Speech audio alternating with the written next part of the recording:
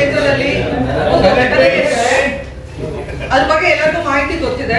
ಅದ್ರ ವಿರುದ್ಧವಾಗಿ ಏನು ನಾವು ಹೆಣ್ಮಕ್ಳು ಒಂದು ಸಣ್ಣ ಪ್ರೆಸ್ ಮೀಟ್ ಇಟ್ಕೊಂಡಿದೀವಿ.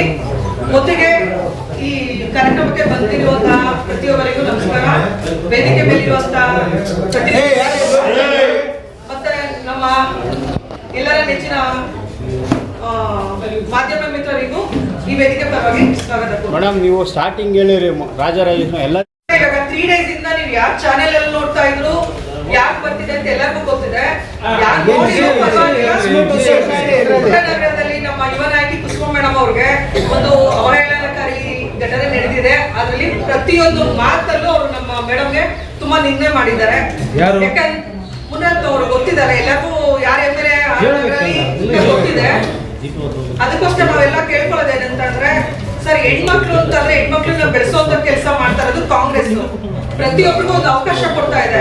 ಅಂತದ್ರಲ್ಲಿ ಹೆಣ್ಮಕ್ಳ ಬಗ್ಗೆ ನೀವು ಏನೇ ತರ ಟೀಕೆ ಟಿಪ್ಪಣಿ ಮಾಡಿದ್ರು ನಾವು ಹೆಣ್ಮಕ್ಳು ಯಾರ ಕಿವಿವರೆಗೂ ತಗೊಂಡೋಗೋದಿಲ್ಲ. ಈ ಮೂಲಕ ನಾವೆಲ್ಲರಿಗೂ ಏನ್ ಹೇಳೋದು ಅಂತಂದ್ರೆ, ನಮ್ಮ ಕುಸುಮ ಮೇಡಮ್ ಅವರು ಸೋತ್ರು ಗೆದ್ರು ಅವ್ರು ಯಾವತ್ತೂ ನಮ್ಮೆಲ್ಲರ ನಗರದಲ್ಲಿ ಎಲ್ಲ ಹೆಣ್ಮಕ್ಳ ನೆಚ್ಚಿನ ನಾಯಕಿ ಆಗಿದ್ದಾರೆ. ಇದ್ರು ಇಲ್ಲ ಅಂದ್ರು ಪ್ರತಿ ದಿನ ಅವ್ರ ಮನೆ ಹತ್ರ ಇವತ್ತು ನೋಡಿ ಹೆಣ್ಮಕ್ಳೇ ನಿಂತಿರ್ತಾರೆ. ಯಾರು ಜನ ಸಮಸ್ಯೆಗಳಿಗೆ ಸ್ಪಂದಿಸ್ತಾರೋ ಅವ್ರ ಹಿಂದೆ ಹೆಣ್ಮಕ್ಳು ಇರ್ತಾರೆ, ಅವ್ರ ಮನೆ ಹತ್ರ ಜನಗಳು ಇರ್ತಾರೆ. ಒಂದೊಂದು ಜನಸ್ಪಂದನ ವೇದಿಕೆ ಅಂತ ಅಂದ್ರೆ ಅಲ್ಲಿ ಬರೋಂತವ್ರೆಲ್ಲ ಯಾರು ಅವರು ಒಂದು ಸ್ಟೇಟ್ಮೆಂಟ್ ಕೊಟ್ಟಿದ್ದಾರೆ ಮುನ್ನಂತವ್ರು, ಇಲ್ಲಿ ನಮ್ಮ ಹೊಡೆಯಕ್ಕೆ ರಾಮನಗರ ಚನ್ನಪಟ್ಟಣ ಕಡೆಯಿಂದೆಲ್ಲ ಬಂದಿದ್ದಾರೆ ಅಂತಾರೆ. ಸಾರಿ, ಅದೆಲ್ಲ ತಪ್ಪು ಮಾಹಿತಿ ಕೊಡ್ತಾ ಇದ್ದಾರೆ. ಇವತ್ತು ಅವ್ರು ಬೇಕು ಅಂತ ಏನೇ ಮಾತಾಡ್ಬೋದು, ಅಲ್ಲಿ ನಿಂತು ನೋಡಿರೋಂತ ಎಲ್ಲ ಹೆಣ್ಮಕ್ಳುಗಳಿಗೆ ಬೇಕು. ಇವತ್ತು ಇಲ್ಲಿರೋರೆಲ್ಲೂ ಅಲ್ಲಿ ನಾವು ಭಾಗಿಯಾಗಿದ್ವಿ. ಬಟ್ ಜನಸ್ಪಂದನ ವೇದಿಕೆ ಅಂತಂದ್ರೆ ನಾವು ಒಳಗಡೆ ಹೋಗೋದು ಬೇಡ. DCM ಏನು ಬೆಂಗಳೂರು ನಡಿಗೆ ಅಂತ ಕಾರ್ಯಕ್ರಮ ಅನ್ಕೊಂಡಿದ್ದಾರೆ. ಆ ನಡಿಗೆಗೆ ಅಲ್ಲಿ ಜನಗಳ ಸಮಸ್ಯೆನ ಹೇಳ್ಕೊಳ್ಳೋದಕ್ಕೆ ನಾವು ಅವಕಾಶ ಕೊಡ್ಬೇಕು ಅಂದ್ಬಿಟ್ಟು ನಾವು ಒಬ್ರು ಕಾರ್ಯಕರ್ತರು ಒಳಗಡೆ ಹೋಗಿಲ್ಲ. ಅಂತಾರೆಲ್ಲ ಹೊರಗಡೆಯಿಂದ ಜನ ಯಾಕೆ ಕರ್ಕೊಂಬರೋಣ? ಆತರ ಕರ್ಕೊಂಡ್ ಬರ್ಬೇಕು ಅನ್ನಂಗಿದ್ರೆ ಅಷ್ಟು ಜನಕ್ಕೆ ಕರ್ಕೊಂಬರಕ್ ಸಾಧ್ಯನಾ? ನೀವೇ ನೋಡಿದ್ರೆ ಎಷ್ಟು ಜನ ಅಲ್ಲಿ ಸಭೆಯಲ್ಲಿ ಇದ್ರು ಅಂತ ಅಂದ್ಬಿಟ್ಟು ಅವ್ರೆಲ್ಲ ಸಮಸ್ಯೆ ಹೇಳ್ಕೊಳಕ್ಕೆ ಬಂದಿದ್ರೆ ಹೊರತು ಅಲ್ಲಿ ಯಾವ್ದೋ ಬೇರೆ ತರದ್ದು ಮಾಡಕ್ ಬಂದಿಲ್ಲ. ಇದೆಲ್ಲ ಅವರ ತಪ್ಪು ಭ್ರಮೆ ಅಂತ ಹೇಳ್ಕೊಂತೀನಿ. ಅಂದ್ರೂ ಪ್ರೆಸ್ ಕ್ಲಬ್ ಅಲ್ಲಿ ನಾವು ಎಲ್ರು ನಿಮ್ಗೆ ಹೇಳೋದು ಒಂದೇನೆ, ದಯಮಾಡಿ ನೀವು ಯಾವ ತರದ್ದು ಮೆಸೇಜ್ಗಳು ಪಾಸ್ ಮಾಡ್ಬೇಕು ಅಂತಂದ್ರೆ ಹೆಣ್ಮಕ್ಳು ಶಕ್ತಿ ಕೊಡೋದಕ್ಕೆ ಅಂತ ಒಬ್ರು ಹೆಣ್ಮಕ್ಳು ನಿಂತಿರೋವಾಗ ಮೀಡಿಯಾದವ್ರು ನೀವು ನಮ್ಗೆ ಸಹಕಾರ ಕೊಡ್ಬೇಕು. ಯಾಕಂದ್ರೆ ಎಲ್ಲಾನು ಅಲ್ಲಿ ಇದಾರೆ, ಎಲ್ಲಾರು ದಿನ ನೋಡ್ತಾ ಇದಾರೆ. ಅವ್ರ ಒಂದು ಹೇಳಿಕೆಯಿಂದ ಇಲ್ಲಿ ಏನೇ ರಾಜರಾಜೇಶ್ವರಿ ಕ್ಷೇತ್ರದಲ್ಲಿ ಏನು ತಿರ್ಚಕ್ಕೆ ಸಾಧ್ಯ ಇಲ್ಲ. ನಾವು ಮೇಡಮ್ಗೆ ಇದ್ರ ಮೂಲಕ ನಾವು ಶಕ್ತಿಯಾಗಿ ಹೇಳೋದು ಏನಂದ್ರೆ, ಇವಾಗ ಏನ್ ಬಂದಿದೆ ಅವ್ರಿಗೆ, ಈಗ ಮೊನ್ನೆ ಎಲೆಕ್ಷನ್ ಅಲ್ಲಿ ಅವ್ರಿಗೆ 1,16,000 ಓಟ್ಗಳು ಬಂದಿದೆ. ಇನ್ನ ಅವ್ರಿಗೆ ಇನ್ನೂ ಒಂದು 3 ವರ್ಷ ಟೈಮ್ ಕೊಟ್ರೆ ಎಲ್ಲಿಗೆ ರೀಚ್ ಆಗ್ತಾರೆ? ಇವತ್ತು ಅವ್ರಿಗೆ ಹೆಣ್ಮಕ್ಳು ಓಟ್ಗಳು ತಗೊಂಡ್ಬಿಟ್ಟು ಹೆಣ್ಮಕ್ಳ ಬಗ್ಗೆ ಇಷ್ಟೊಂದು ನೀವು ಕೆಟ್ಟದಾಗ ಮಾತಾಡ್ತೀರಾ ಅಲ್ವಾ? ನಿಜವಾಗಿ ನೆಕ್ಸ್ಟ್ ನೀವು ನಿರೀಕ್ಷೆ ಮಾಡಕ್ಕಾಗತ್ತಾ ಈ ಕ್ಷೇತ್ರದಲ್ಲಿ ಹೆಣ್ಮಕ್ಳು ನಿಮಗೆ ಓಟ್ ಹಾಕ್ತಾರೆ ಅಂತ? ದಯಮಾಡಿ ಇದನ್ನ ಇಲ್ಲಿಗೆ ನಿಲ್ಸೋ ತರ ನಿಮ್ ಮೂಲಕ ಏನಾದ್ರು ಅವ್ರಿಗೆ ಮೆಸೇಜ್ ಪಾಸ್ ಮಾಡಕ್ಕಂದ್ರೆ ಮಾಡ್ಕೊಡಿ ಸರ್. ಇದು ನಿಮ್ಮ ಇಲ್ಲಿ ನಾವು ಮಾಡ್ಕೊಳ್ಳೋ ವಿನಂತಿ. BBMP ಮಾಜಿ ಕಾರ್ಪೊರೇಟರ್ ಆಶಾ ಸುರೇಶ್ ಅಂತ ಹೇಳಿ, ನಾನು 2010ರಲ್ಲಿ ಒಂದ್ಸತಿ ಎಲೆಕ್ಟ್ ಆಗಿದ್ದೆ. ನಂತರ 2015ರಲ್ಲಿ ಒಂದು ಬಾರಿ ಎಲೆಕ್ಟ್ ಆಗಿದ್ದೀನಿ. ಇವತ್ತೇನು ನಗರ ಕ್ಷೇತ್ರ ಅಂದರೆ ಇಡೀ ಈ ಕರ್ನಾಟಕದ ಉದ್ದಗಲಕ್ಕೂ 274 ಕ್ಷೇತ್ರ ಏನಿದೆ ಅದೆಲ್ಲವನ್ನು ಮೀರಿ ಈ ನಮ್ಮ ಕ್ಷೇತ್ರ ಅಷ್ಟೊಂದು ಹೆಸರಾಗಿದೆ. ಯಾಕೆ ಅಂದರೆ ಇಲ್ಲಿ ಒಬ್ಬ ಶಾಸಕನ ಕ್ರೂರತನ, ಅವರ ಒಂದು ಒಂದು ಆಡಳಿತ ಏನಿದೆ, ನಾನೇ ಸರ್ವಾಧಿಕಾರಿ, ನಾನೊಬ್ಬನೇ ಆಡಳಿತವನ್ನ ಮಾಡಬೇಕು, ಯಾವುದೇ ಒಬ್ಬ ಕಾರ್ಪೊರೇಟರ್ಗಳಾಗಿರ್ಬೋದು, ಯಾವುದೇ ಒಬ್ಬ ಇಂಜಿನಿಯರ್ಸ್ಗಳಾಗಿರ್ಬೋದು, ಯಾರೇ ಒಬ್ರು ಇಲ್ಲಿ ಅಧಿಕಾರವನ್ನ ಮಾಡಬಾರ್ದು, ಯಾವುದೇ ಒಂದು ಕಲ್ಲನ್ನು ಎತ್ತಿಡಬೇಕಾದ್ರೂ ನನ್ನ ಒಂದು ಅನುಮತಿಯನ್ನ ಕೇಳಲೇಬೇಕು ಅನ್ನೋ ಒಂದು ನಿಟ್ಟಿನಲ್ಲಿ 2013ರಿಂದ ಆಯ್ಕೆಯಾದಂತ ಆ ವ್ಯಕ್ತಿ ಇವತ್ತಿನವರೆಗೂ ದೌರ್ಜನ್ಯ, ಅಟ್ಟಹಾಸ, ಅಹಂಕಾರ, ಹಿಂಸೆ, ಇಂಥ ಒಂದು ಕ್ರೂರವಾದ ರಾಜಕೀಯವನ್ನ ಅಳವಡಿಸ್ಕೊಂಡು ಇಡೀ ಶಾಸಕರ ಕುಲಕ್ಕೆ ಒಂದು ಇದು ಮಾಡ್ತಿದ್ದಾರೆ, ಅವಮಾನ. ಯಾಕಂದ್ರೆ ನಾನು ಅವ್ರ ಜೊತೆ 2010ರಲ್ಲಿ BBMP ಎಲೆಕ್ಷನ್ ಅಲ್ಲಿ ಎಲೆಕ್ಟ್ ಆಗಿದ್ದು, ಆ ವ್ಯಕ್ತಿ ಹಾಗೆ ಎಲೆಕ್ಟ್ ಆದವರು. ಆಮೇಲೆ ಅವರು 2013ರಲ್ಲಿ ಶಾಸಕರಾಗುವಂತ ಒಂದು ಹಣೆಬರ ಅವರಲ್ಲಿತ್ತು. ಆದರೆ ಅವರು ಗೆದ್ದಿ 1 ವಾರಕ್ಕೆ ತಾನು ಏನು ಅನ್ನೋದನ್ನ ತೋರಿಸಿ ಅಲ್ಲಿಂದ ಅವರ ಆರ್ಭಟ, ಅಲ್ಲಿಂದ ಆರಂಭ ಆಯಿತು. ತದನಂತರ ಅವರು 2018ರಲ್ಲಿಯೂ ಅವರು ಎಲೆಕ್ಷನ್ಗೆ ನಿಂತರು. ಆಮೇಲೆ ಅವರು ಗೆದ್ರು. ಆಮೇಲೆ ಅವರು ಬಿಜೆಪಿಗೆ ಹೋದ್ರು. ಆಮೇಲೆ ಬೈ ಎಲೆಕ್ಷನ್ ಆಯಿತು. ಆ ಟೈಮಲ್ಲಿ ನಮ್ಮ ಕುಸುಮಾ ಮೇಡಮ್ ಅವರು ಕಾಂಗ್ರೆಸ್ ಪಕ್ಷದಿಂದ ಅಭ್ಯರ್ಥಿಯಾಗಿ ಅವರನ್ನ ಕಣಕ್ಕಿಳಿಸಿತು. ಆ ಟೈಮಲ್ಲಿ ಬಹಳ ಹೋರಾಟ ಮಾಡಿ ಕಾಂಗ್ರೆಸ್ಸಿನ ಕಾರ್ಯಕರ್ತರುಗಳು, ಮುಖಂಡರುಗಳು, ನಾಯಕರುಗಳು ಎಲ್ಲರೂ ಈ ಒಂದು ಕ್ಷೇತ್ರದ ದೌರ್ಜನ್ಯವನ್ನ ಮಟ್ಟ ಹಾಕಿ ಒಂದು ಉತ್ತಮ ವ್ಯಕ್ತಿಯಾಯ ಒಂದು ಆಡಳಿತವನ್ನ ನೀಡಬೇಕು ಅಂತ ಹೇಳಿ ಕುಸುಮಾ ಅವ್ರನ್ನ ಆರಿಸಿದ್ರು. ಆ ಒಂದು ಟೈಮಲ್ಲಿ ಆಗಿಲ್ಲ. ಆ ಬಾರಿ ಅವ್ರು ಸೋತರು. ನಂತರ 23ರಲ್ಲೂ ಅವರೇ ಅವ್ರ ವಿರುದ್ಧ ಸ್ಪರ್ಧಿಸಿದ್ರು.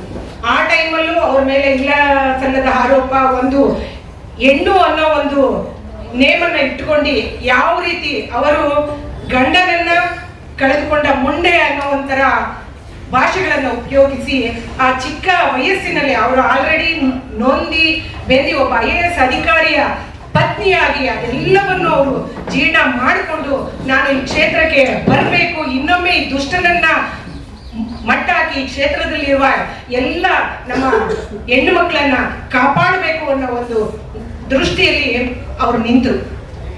ಆ ಟೈಮಲ್ಲೂ ಅವರು ಬಹಳ ಹಿಂಸೆಗಳನ್ನ ಕೊಟ್ಟರು. ಅವ್ರ ವಿರುದ್ಧ ಪ್ರಚೋದನೆಗಳಾಗಿರ್ಬೋದು, ಗಂಡನ ಕಾರಣಕ್ಕೆ ಸಾವಿನ ಕಾರಣಕ್ಕೆ ಕಾಂಗ್ರೆಸ್ ಅನ್ನೋ ಒಂದು ಪಟ್ಟವನ್ನ ಇಟ್ಟಿ ಅದನ್ನೇ ದೊಡ್ಡ ಇಶ್ಯೂಸ್ ಅನ್ನ ಮಾಡಿ ಇವತ್ತಿನವರೆಗೂ ಅವರನ್ನ ಅಡಗಿಸುತ್ತಾ ಅವರನ್ನ ಕುಗ್ಗಿಸುವಂತ ಒಂದು ಪ್ರಯತ್ನವನ್ನ ಅವರು ಮಾಡ್ತಾ ಹೋದ್ರು. ಇದೆಲ್ಲವನ್ನು ಅವರು ಮೆಟ್ ನಿಂತಿ ಅವ್ರ 2ನೇ ಬಾರಿ ಅತಿ ಚಿಕ್ಕ ಮತಗಳ ಅಂತರದಿಂದ ಅವರು ಸೋತಿದ್ರು. ಆ ನಮ್ಮೆಲ್ಲರ ಮನಸ್ಸಿಗೆ ಅವರು ಕಾಂಗ್ರೆಸ್ಸಿನ ಯುವ ನಾಯಕಿ, ನಮ್ಮ ಕ್ಷೇತ್ರದ ನಾಯಕಿ, ನಮ್ಮೆಲ್ಲರ ಹೆಣ್ಣು ಮಕ್ಕಳಿಗೆ ಅವರು ಸ್ಫೂರ್ತಿ ಅಂತ ನಾನು ಇವತ್ತೆಲ್ಲ ನಿಮ್ಮೆದುರು ಹೇಳೋದಕ್ಕೆ ಇಷ್ಟಪಡ್ತೀನಿ. ಇಂಥ ಒಂದು ಸಮಯದಲ್ಲಿ ಸೋತಿದ್ರು ಕುಗ್ಗದೆ ಜಗ್ಗದೆ ಯಾವ ರೀತಿ ಅವರು ಜನಗಳಿಗೆ ಸ್ಪಂದಿಸ್ತಿದ್ರು ಅಂದ್ರೆ ಕ್ಷೇತ್ರದಲ್ಲಿ ಎಲ್ಲೆಡೆಯಲ್ಲೂ ಯಾರೇ ಒಂದು ಕಾರ್ಯಕ್ರಮಕ್ಕೆ ಆಹ್ವಾನಿಸಿದ್ರು ಅಲ್ಲಿ ಹೋಗಿ ಅವರದೇ ಆದಂತ ವ್ಯಕ್ತಿತ್ವವನ್ನ ಬೆಳೆಸ್ಕೊಂಡು ನಾನು ಸೋತಿಲ್ಲ, ಗೆದ್ದಿದ್ದೀನಿ, ಇದು ಆರಂಭದ ಯುದ್ಧ ಅನ್ಕೊಂಡು ಹೆಜ್ಜೆಗಳನ್ನ ಇಡ್ತಾ ಹೋದ್ರು.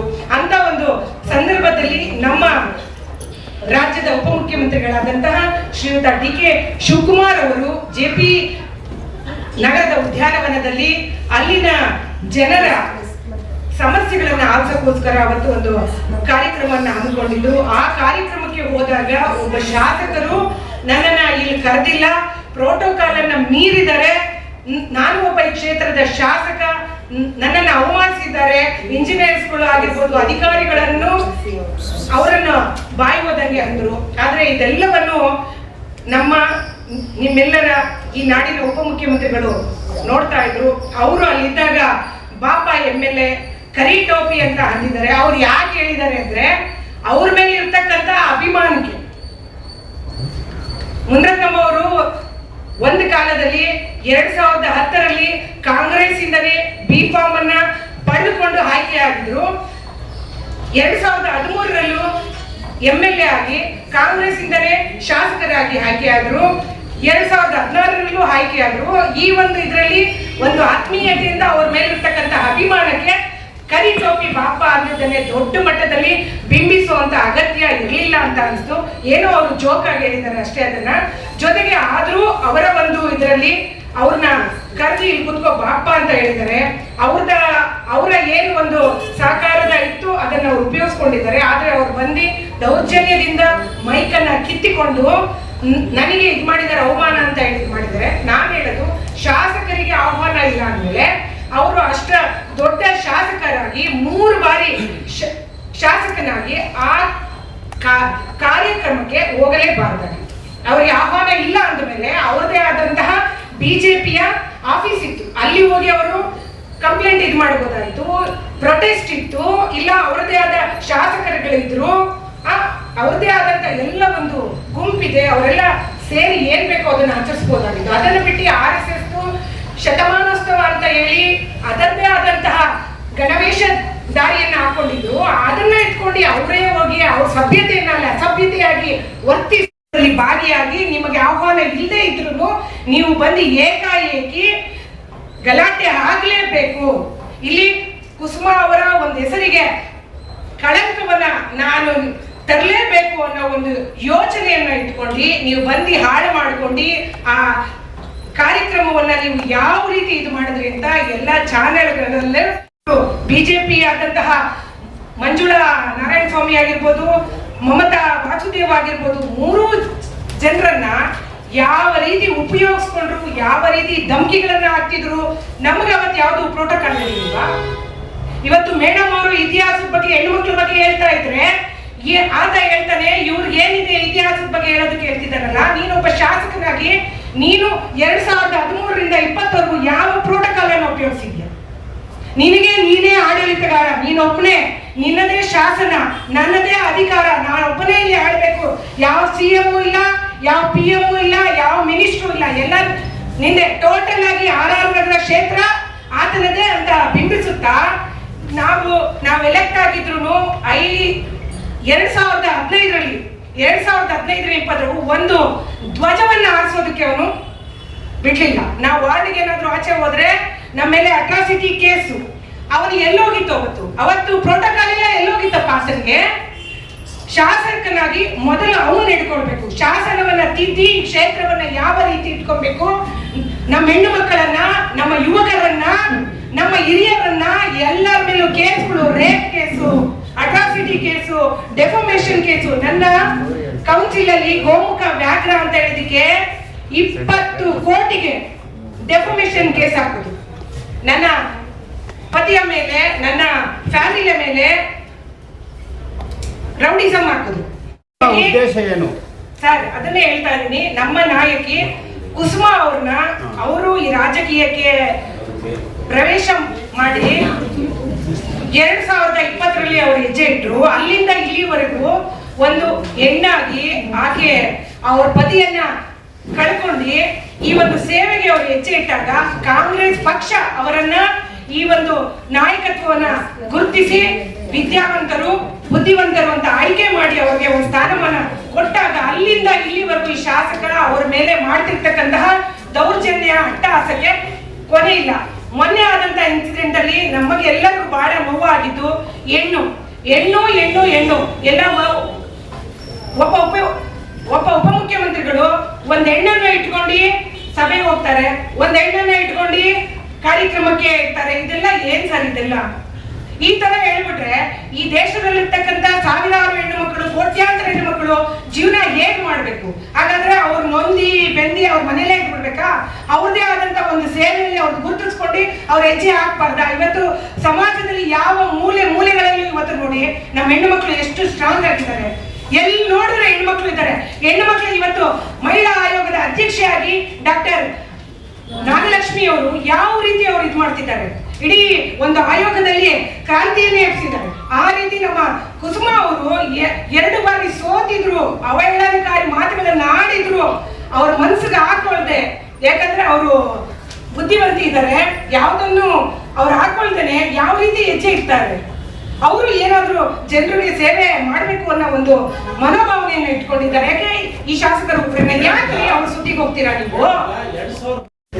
ಸೊ ನಮ್ಮ DCM ಸಾಹೇಬರು ಏನು ಬೆಂಗಳೂರು ಕಡೆಗೆ, ಸಾರ್ವಜನಿಕರ ಕಡೆಗೆ ಅಂತ ಪಾರ್ಕ್ಗಳಲ್ಲಿ ಮಾಡ್ತಾ ಇದ್ದಾರೋ ಅದನ್ನ JP ಪಾರ್ಕ್ ಬರೋಕ್ಕಿಂತ ಮುಂಚೆ ಹಿಂದಿನ ದಿನ ಲಾಲ್ಬಾಗಲ್ಲೂ ನಡೆಯಿತು. ಸೊ ಆ ಲಾಲ್ಬಾಗಲ್ಲಿ ಅಲ್ಲಿ ಯಾರು ಶಾಸಕರು ಇರ್ಲಿಲ್ವಾ, ಅಲ್ಲೂ ಯಾರು ಸಂಸದರು ಇಲ್ವಾ? ಅವ್ರು ಯಾಕೆ ಈ ಪ್ರೋಟೋಕಾಲ್ನ ಹಾಕಿಲ್ಲ ಅಂತ ಕೇಳಲಿಲ್ಲ? ಇವ್ರು ಮಾತ್ರ ಯಾಕೆ ಕೇಳ್ತಾ ಇದ್ದಾರೆ?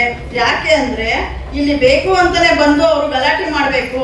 ಏನಾರ ಇಲ್ಲಿ ಒಳ್ಳೆ ಕೆಲಸಗಳಾದ್ರೆ, ನಾನ್ ಶಾಸಕನಾಗಿ ಈ ಕ್ಷೇತ್ರದಲ್ಲಿ ಯಾವ ಕೆಲಸನೂ ಮಾಡಿಲ್ಲ, ಅನುದಾನ ತಂದು ಯಾವುದನ್ನು ಜನಗಳಿಗೆ ಉಪಯೋಗ ಅಂತ ಕೆಲಸಗಳನ್ನ ಮಾಡಿಲ್ಲ.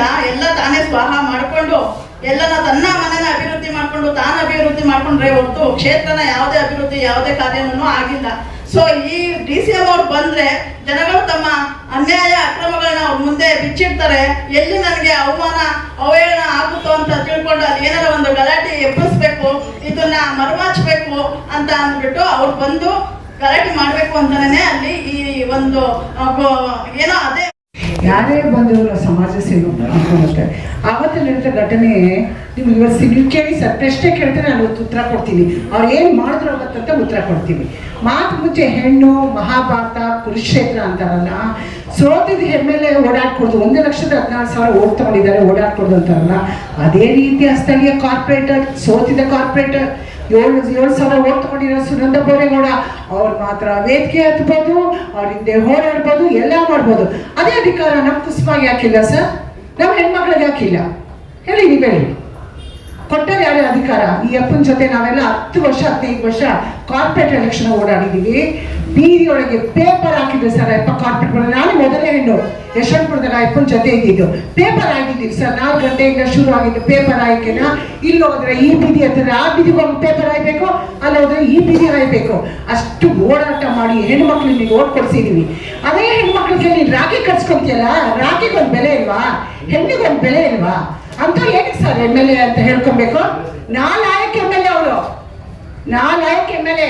ಹೆಣ್ಮಕ್ಳು ಕೆಲವು ಓಟ್ ಹಾಕ್ಸ್ಕೊಡೋದು ಗೊತ್ತು, ಹೆಣ್ಮಕ್ಳು ಮತ್ತೆ ರಾಜಕೀಯಕ್ಕೆ ಬರ್ಕೊಡ್ದ? ಏನಕ್ಕೆ ಅವ್ರ ಹೆಣ್ಮಕ್ಳು ಬೆಳೆಸ್ತಾರೆ? ಯಾರು ದಯವಿಟ್ಟು BJP ಹೆಣ್ಮಕ್ಳಿಗೆ ಬೀದಿ ಬಂದರಿ ಅಂತ ನಾವು ಕೇಳ್ತಾ ಇದೀವಿ. ಯಾಕಂದ್ರೆ ನಮ್ಮನ್ನೇ ಬಿಡಲ್ಲ ಅಂದ್ರೆ ನಿಮ್ಮನ್ನೇನು ಬೆಳೆಸ್ತಾನೆ? ಅಮ್ಮ ಏನ್ ಬೆಳೆಸ್ತಾನೆ MLA? ಯಾರನ್ನೂ ಬೆಳೆಸಲ್ಲ. ಇದೇ ರೀತಿ ಅವ್ರು ಹೇಳಿದ್ರು 15 ಲಕ್ಷ್ಮೀದೇವಿನಗರ ಬ್ಲಾಕ್ ಪ್ರೆಸಿಡೆಂಟ್. ನಾವು ಏನು ಹೇಳೋದು ಅಂದ್ರೆ, ನಮ್ಮ ಕುಸುಮಾ ಮೇಡಮ್ಗೆ ಕಾಂಗ್ರೆಸ್ ಪಕ್ಷ ಮತ್ತು ವಿದ್ಯಾವಂತ ಹೆಣ್ಮಗಳು ಅಂದ್ಬಿಟ್ಟು ಒಂದು ಅವಕಾಶ ಮಾಡಿಕೊಟ್ರು ಜನಸೇವೆ ಮಾಡೋದಕ್ಕೋಸ್ಕರ. ಅವರು ಜನಸೇವೆಗೋಸ್ಕರ ಬಂದಿರೋದು. ಸೋತ್ರು ಅವರು ಮನೇಲಿ ಕುಕ್ಕೊಳ್ದೆ ಇದ್ದೆ ಕುಗ್ದೆ ಒಂದು ಹೆಣ್ಮಕ್ಳಿಗೆ ಮುಕ್ತವಾಗಿ ಅವ್ರ ಹತ್ರ ಏನೇ ಕಷ್ಟ ಕಾರ್ಪಣ್ಯ ಇದ್ರು ಹೇಳ್ಕೋಬಹುದು. ಅದಕ್ಕೋಸ್ಕರ ಕಾಂಗ್ರೆಸ್ ಪಕ್ಷ ಕರೆದು ಅವ್ರಿಗೊಂದು ಅವಕಾಶ ಮಾಡಿಕೊಟ್ಟಿದೆ. ನೀವೇನ್ ಮಾಡ್ತಾ ಇದ್ದೀರಾ? ಪ್ರತಿ ಸಲಿನೂ ಅವ್ರು ಸೋತ್ರು ನಿಮ್ಗೆ ಅಧಿಕಾರ ಕೊಟ್ಟಿದ್ದಾರೆ ಜನರು, ಅದನ್ನ ಮಾಡಿ. ಅದನ್ನ ಮಾಡೋದ್ ಬಿಟ್ಬಿಟ್ಟು ಪ್ರತಿ ಸಲನೂ ಅವ್ರನ್ನೇ ಹಿಂಬಾಲಿಸ್ತಾ ಇದ್ದೀರಾ. ಏನಕ್ಕೆ? ಮುಂದಿನ ಚುನಾವಣೆಯಲ್ಲಿ ಮತ್ತೆ ನನಗೆ ಸೋಲು ಬರ್ಬೋದು ಅವರಿಂದ ಅಂತ ಅಂದ್ಬಿಟ್ಟು ನಿಮ್ಗೆ ಹೆದರಿಕೆ ಇದೆ. ಅದಕ್ಕೋಸ್ಕರ ನಮ್ಮ ಲೀಡರ್ಸ್ಗಳನ್ನ DK ಶಿವಕುಮಾರ್ ಸರ್ ಆಗ್ಲಿ, DK ಸುರೇಶ್ ಸರ್ ಆಗ್ಲಿ, ಅವ್ರನ್ನ ನೀವು ಪ್ರತಿ ಸಲ ಏನ್ ಹೇಳ್ತಾ ಇದ್ದೀರಾ? ಒಂದ್ ಹೆಣ್ಮಗಳನ್ನ ಇಟ್ಕೊಂಡು ರಾಜಕೀಯ ಮಾಡ್ಬೇಕು ಅಂತ. ನೀವು ಅವರಿಂದ ಮುಂದೆ ಬಂದಿರೋದು ಸರ್, ಅದನ್ನ ಮರ್ತ್ಬಿಟ್ಟಿದ್ದೀರಾ ನೀವು. DK ಶಿವಕುಮಾರ್ ಆಗ್ಲಿ, DK ಸುರೇಶ್ ಸರ್ ಆಗ್ಲಿ, ಅವರಿಂದ ನೀವು ಮುಂದೆ ಬಂದಿರೋದು ರಾಜಕಾರಣದಲ್ಲಿ. ಅವ್ರಿಗೆ ಅವಶ್ಯಕತೆ ಇಲ್ಲ ಹೆಣ್ಮಕ್ಳನ್ನ ಇಟ್ಕೊಂಡು ರಾಜಕೀಯ ಮಾಡ್ಬೇಕು ಅನ್ನೋ ಅವಶ್ಯಕತೆ ಅವ್ರಿಗೇನಿಲ್ಲ. ಅದಕ್ಕೆ ನಾವು ನಿಮ್ಗೆ ಏನ್ ಹೇಳೋದು ಅಂದ್ರೆ, ಇಡೀ RR ನಗರ ಕ್ಷೇತ್ರದಿಂದ ಹೆಣ್ಮಕ್ಳು ಮುಂದೆ ನಿಮ್ಗೆ ಒಂದು ಎಚ್ಚರಿಕೆ ಗಂಟೆ ಕೊಡ್ತಾರೆ. ನಿಮ್ ಮುಂದೆ ಬರೋ ಚುನಾವಣೆಯಲ್ಲಿ ನಾವು ನಿಮ್ಗೊಂದು ಕೊಟ್ಟೆ ಕೊಡ್ತೀವಿ, ಒಂದು ಉತ್ತರ ಕೊಟ್ಟೆ ಕೊಡ್ತೀವಿ. ಅದನ್ನ ನೀವು ಜ್ಞಾಪನೆ ಮಾಡಿಕೊಳ್ಳಿ ಅಷ್ಟೇ. ಮತ್ತು ನನ್ನ ಸಹೋದರಿಯರಿಗೂ ನಮಸ್ಕಾರ. ನಾನು JP ಪಾರ್ಕ್ ವಾರ್ಡಲ್ಲಿ, ನನ್ನ ಹೆಸರು ಪುಷ್ಪಾ ಅಂತ, ವಾರ್ಡ್ ಅಧ್ಯಕ್ಷರಾಗಿ 15 ವರ್ಷದಿಂದ ಕೆಲಸ ಮಾಡ್ಕೊಂಡು ಬರ್ತಾ ಇದ್ದೀನಿ ಕಾಂಗ್ರೆಸ್ ಪಕ್ಷದಲ್ಲಿ. ಈ ನಮ್ಮ ಮುನಿರತ್ನ ಅನ್ನೋ ಒಂದು ವ್ಯಕ್ತಿ ಫಸ್ಟು ಜನರ ಪ್ರಾಬ್ಲಮ್ ಏನಿದೆ ಅನ್ನೋದನ್ನು ನೋಡಿಕೊಂಡು ಮಾತಾಡಬೇಕಿತ್ತು. ನಮ್ಮ DCM ಅವ್ರು ಬಂದಾಗ ಉದ್ಯಾನವನದಲ್ಲಿ ಒಂದು ಪ್ರೋಗ್ರಾಮ್ ನಡೆಯುವಾಗ ಬೇಕಂತಾನೆ ಕರಿ ಟೊಪ್ಪಿ ಹಾಕ್ಕೊಂಡು ಫಸ್ಟ್ ಇರಲ್ಲ, ಆನಂತರ ಕರಿ ಟೊಪ್ಪಿ ಹಾಕೊಂಡು ಬಂದು ಕೂತ್ಕೊಳ್ತಾರೆ ಅಲ್ಲಿ. ಯಾಕಂದರೆ ಅವ್ರ ಮುಖಕ್ಕೆ ಬರ್ಕೋಬೇಕು ಕರೀದು ಮಸೀನ. ಯಾಕಂದರೆ ಅಲ್ಲಿ ಜನಗಳೆಲ್ಲರೂ 40ರಿಂದ 50, 60, 70 ವರ್ಷದವರು ಡೈಲಿ ದಿನನಿತ್ಯ ವಾಕ್ ಮಾಡೋರು. ಅವ್ರ ಸಮಸ್ಯೆ ಏನಿದೆ ಅಂತ ಕೇಳಬೇಕು. ನೀವು ನಿಜವಾದ MLA ಆದರೆ ಜನರ ಸಮಸ್ಯೆನ ಬಗೆಹರಿಸ್ಬೇಕು. ಅದನ್ನು ಬಿಟ್ಬಿಟ್ಟು ನನ್ನ ಕುರ್ಚಿ ಹೋಗುತ್ತೆ ಅಂದ್ಬಿಟ್ಟು ಅಲ್ಲಿ ಬಂದು ಎಲ್ಲರ ಮುಂದೆಗಡೆ ಅವ್ರನ್ನ ಅವರು ಇದು ಮಾಡ್ಕೊಳ್ಳೋಕ್ಕೋಸ್ಕರ